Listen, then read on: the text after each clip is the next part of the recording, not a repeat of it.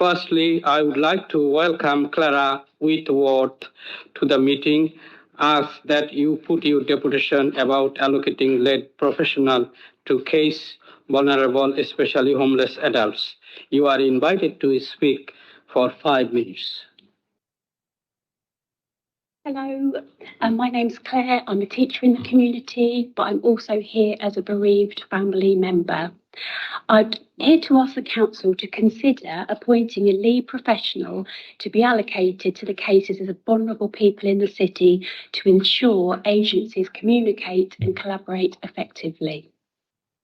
This has also been brought up in previous serious case reviews, but as yet appears not to have been implemented. As we all know, there's a huge homeless crisis in Brighton with a lack of housing.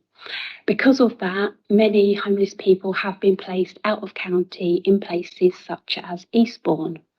So quite obviously, those already vulnerable people are moved away from their support systems. And by vulnerable people, I mean care leavers, survivors of abuse, people with mental health problems, and those in addiction. Worryingly, whilst people are in temporary accommodation in Spawn, the expectation from the council is they will have weekly checks to check for their well-being and what's happening.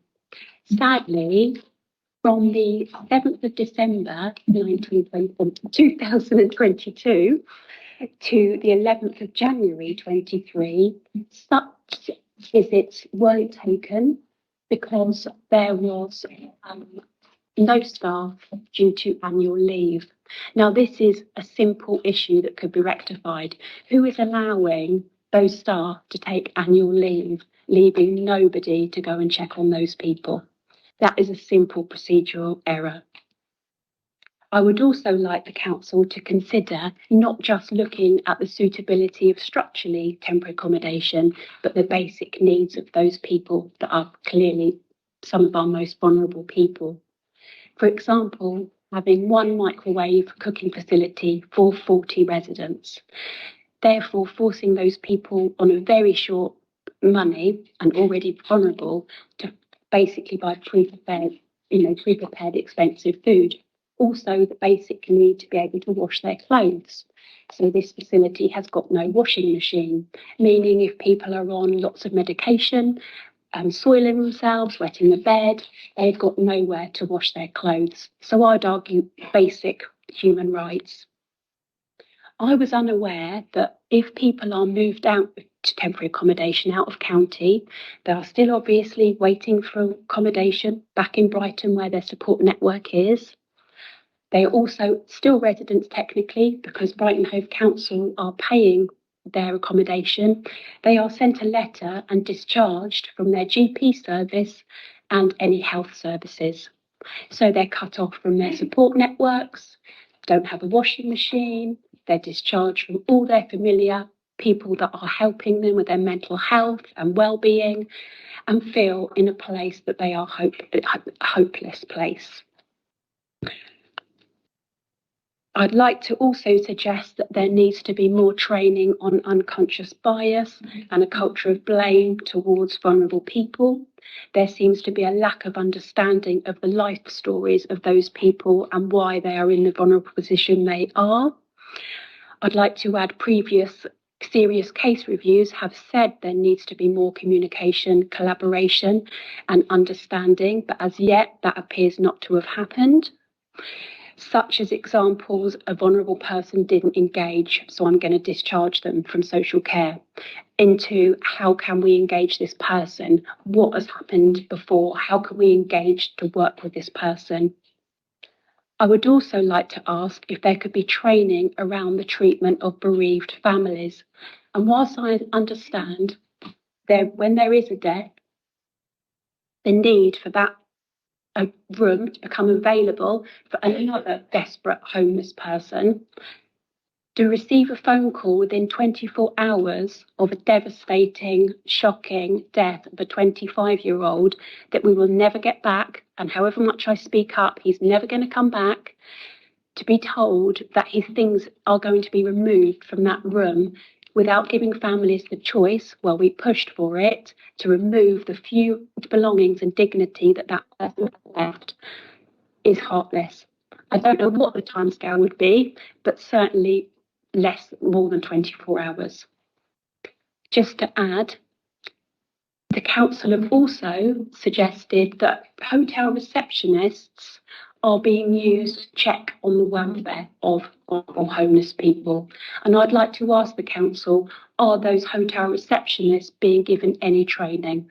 To summarise, I'd hope the council would consider providing a lead professional that is already working with an agency to ensure that updated information, safeguarding information is shared, so that somebody has got responsibility for knowing that information is properly shared and who the safeguarding risks and who is going to be looking out for that person, to check system processes so that people aren't taking annual holiday and leaving people for a month with no checks that is expected.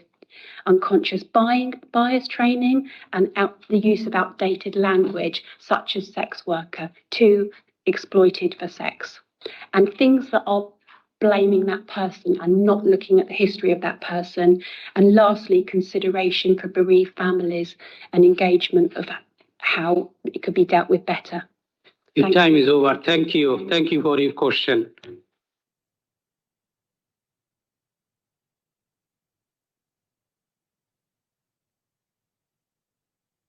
Wait a minute. I would like to call Councillor Burden to reply in this regards. Thank you, Mr. Deputy Mayor. And I'd like to acknowledge and share our deepest condolences to the family for their tragic loss. I'd also like to extend my thanks to you, Clare, for bringing this matter to my attention, and to Simon, Naomi, Barbara, Helen, and Laurie, and yourself for signing the deputation and contacting me on this and bringing it to full council.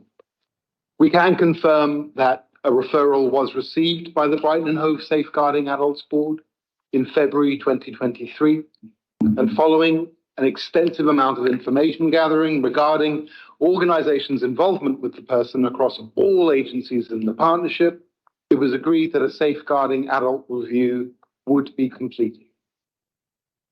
The person's family are aware of this and have been and will continue to be involved in the review, including meeting with the Safeguarding Adults Board business manager and independent chair of board as well. We offer you, before me, our assurance that your concerns are heard by the Safeguarding Partnership of Brighton and Hove, and that we will work together to learn from the review, which is being completed independently.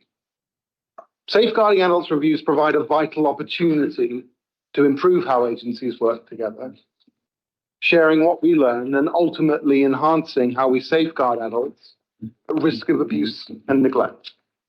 It is a multi-agency process, including the NHS, the police and different internal council departments, that, as you may know, that together consider whether or not serious harm experienced by an adult or group of adults at risk of abuse or neglect could have been predicted or prevented, and uses that consideration to enhance the Safeguarding Adults Partnership in Brighton and Hove, improve its services and prevent abuse and neglect in the future. As this Safeguarding Adults review continues, please let's stay personally in touch about what we've learned and what we've identified we can improve. Thank you again for coming to present this deputation to full council. And in the light of these tragic circumstances, it takes real courage, and your bravery should be applauded. Thank you. Thank you, Councillor Barton, for your reply. And I'd like to thank you, Clara, for your deputation.